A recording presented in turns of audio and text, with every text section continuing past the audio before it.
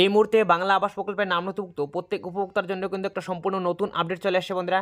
কেননা আপনারা যেমনটা জানেন, গত কিছুদিন আগে রাজ্যের মুখ্যমন্ত্রী মাননীয় মমতা ব্যানার্জি লাইভ জানিয়ে দিয়েছিলেন যে ডিসেম্বরের মধ্যে উপভোক্তাদের ব্যাংক অ্যাকাউন্টে বাংলা আবাস প্রকল্পের ফসলের ক্ষতিপূরণের টাকা ঢোকা শুরু হবে। তো ইতিমধ্যে বন্ধুরা ডিসেম্বর পার হওয়া সত্ত্বেও কিন্তু যে সকল কৃষকদের ফসলের ক্ষতি হয়েছিল তাদের কিন্তু ফসলের ক্ষতিপূরণের টাকা এখন অবধি ঢুকতেছে না। তো এই নিয়ে সম্পূর্ণ নতুন কি আপডেট উঠে এসেছে বন্ধুরা, আপনাদের ব্যাংক অ্যাকাউন্টে কত তারিখ থেকে এই বাংলা শস্য বীমা প্রকল্পের মাধ্যমে ফসলের ক্ষতিপূরণের টাকা ঢোকা শুরু হবে ইত্যাদি আপডেট আজকের এই ভিডিওতে জানতে পারবেন। কোন কোন জেলার কৃষকগণেরা আগে টাকা পাবেন, কারা টাকা পাবেন, কারা টাকা পাবে না ইত্যাদি বিস্তারিত আপডেট আজকের এই ছোট্ট ভিডিওতে জানতে পারবেন। তো অনুষ্ঠানে লাইভ দেখতে পাচ্ছেন বন্ধুরা, এই বিষয়ে কি আপডেট উঠে এসেছে যে বাংলা শস্য বীমা যোজনায় ফসলের ক্ষতিপূরণের টাকা ইতিমধ্যে দেওয়া শুরু হয়ে গেছে। সূত্র মারফত এক আধিকারিক দ্বারা জানা যায়, যাদের সত্যিকারের ফসলের ক্ষতি হয়েছে তাদের দেওয়া হচ্ছে এই টাকা। বাংলা শস্য বীমা যোজনায় যাদের সাধারণত ফসলের ক্ষতি হয়ে থাকে এবং বিমা করা থাকে তাদের সরকার আর্থিকভাবে ফসলের ক্ষতিপূরণের এই টাকা প্রদান করেন। সাম্প্রতিককালে ঘটে যাওয়া বিভিন্ন বন্যা এবং ঘূর্ণিঝড়ের ফলে অনেক কৃষকের ফসলের ক্ষতি হয়েছে।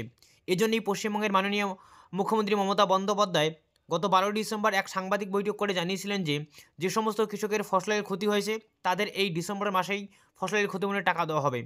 সেই কথা মতোই কৃষকদের স্ট্যাটাসে কিন্তু পরিবর্তন আসা শুরু হয় এবং সূত্রের মোতাবেক জানা যায় ক্ষতিপূরণের টাকা কিন্তু ইতিমধ্যেই দেওয়া শুরু হয়ে গেছে। যেমনটা রাজ্যের মুখ্যমন্ত্রী মাননীয় মমতা ব্যানার্জি কিন্তু অলরেডি ঘোষণা করে দিয়েছিলেন ডিসেম্বরের মধ্যেই কৃষকদের ব্যাংক অ্যাকাউন্টে এই টাকা ঢোকা শুরু হবে।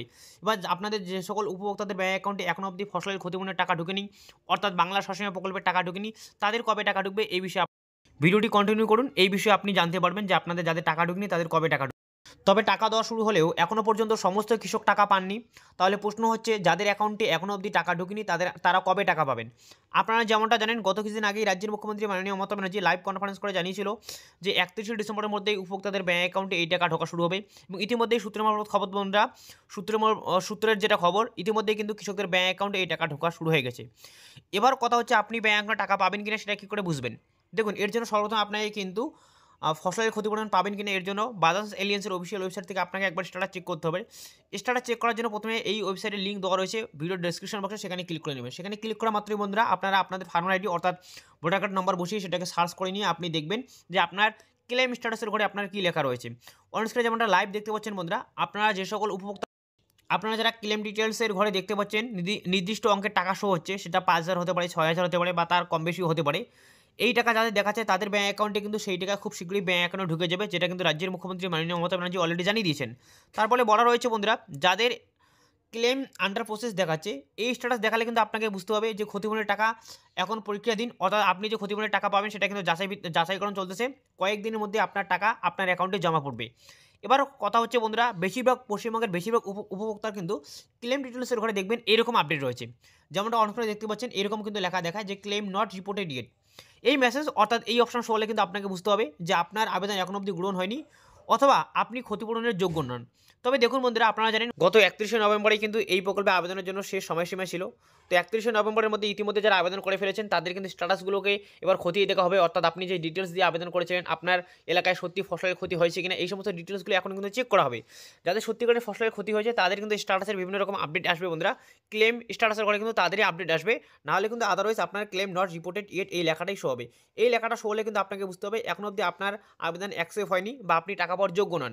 তবে যারা সবেমাত্র আবেদন করলেন তাদের কিন্তু ওয়েট করতে হবে। এই স্ট্যাটাসে কিন্তু পরবর্তীতে যদি আপনার সত্যি ফসলের ক্ষতি হয়ে থাকে এই স্ট্যাটাসের পরিবর্তন আসবে, তারপরে কিন্তু আপনাদের ব্যাংক অ্যাকাউন্টে টাকা ঢুকে যাবে। এবার কথা হচ্ছে, আপনাদের কোন কোন জেলার কৃষকরা এভাবে টাকা পেতে চলেছে এই বিষয়ে কিন্তু সবচেয়ে বেশি আমি কমেন্ট পেয়েছি যে কোন কোন জেলার কৃষকদের ব্যাংক অ্যাকাউন্টে এই ফসলের ক্ষতিপূরণের টাকা ঢুকতেছে। দেখুন বন্ধুরা, আপনাদের একদম লাইভ পরিষ্কারভাবে জানিয়ে দিচ্ছি, এই যে ফসলের ক্ষতিপূরণের টাকা কিন্তু কোনো রকম জেলাভিত্তিক দেওয়া হয় না। তবে আপনাদের জানিয়ে দিই, যে সকল জেলার কৃষকদের ফসলের ক্ষতির পরিমাণটা বেশি হয়েছে সেই সকল জেলার কৃষকদের কিন্তু একটু অগ্রাধিকার দেওয়া হয়, অর্থাৎ সেই সমস্ত ক্ষেত্রে কিন্তু সেই সকল কৃষকদের ব্যাংক অ্যাকাউন্টে আগে টাকা ঢুকবে। বিশেষ করে আপনারা জানেন এবারে কিন্তু দানা ঘূর্ণিঝড় থেকে শুরু করে ডিভিসি এর অনিচ্ছাকৃতভাবে জল ছাড়ার কারণে দক্ষিণবঙ্গের বেশ কিছু জেলার কৃষকদের কিন্তু ফসলের ক্ষতির পরিমাণ ক্ষয়ক্ষতিটা সবচেয়ে বেশি হয়েছিল। তো সেক্ষেত্রে কিন্তু এই দক্ষিণবঙ্গের সেই সমস্ত জেলার কৃষকগণরা কিন্তু একটু টাকা পেতে অগ্রাধিকার পাবে, অর্থাৎ তাদের ব্যাংক অ্যাকাউন্টে আগে টাকা ঢুকবে। বিশেষ করে বন্ধুরা, দক্ষিণবঙ্গের যে পূর্ব বর্ধমান, পশ্চিম বর্ধমান, তারপরে এইদিকে পশ্চিম মেদিনীপুর, পূর্ব মেদিনীপুর থেকে শুরু করে হাওড়া, হুগলি, এই উত্তরবঙ্গে রয়েছে উত্তর দিনাজপুর, এই যে কয়েকটি জেলার কৃষকদের কিন্তু সবচেয়ে বেশি ফসলের ক্ষতি হয়েছিল। এই সমস্ত জেলার কৃষকদের ব্যাংক অ্যাকাউন্টে কিন্তু আগে টাকা ঢুকবে, এমনটাই কিন্তু সূত্রের খবর।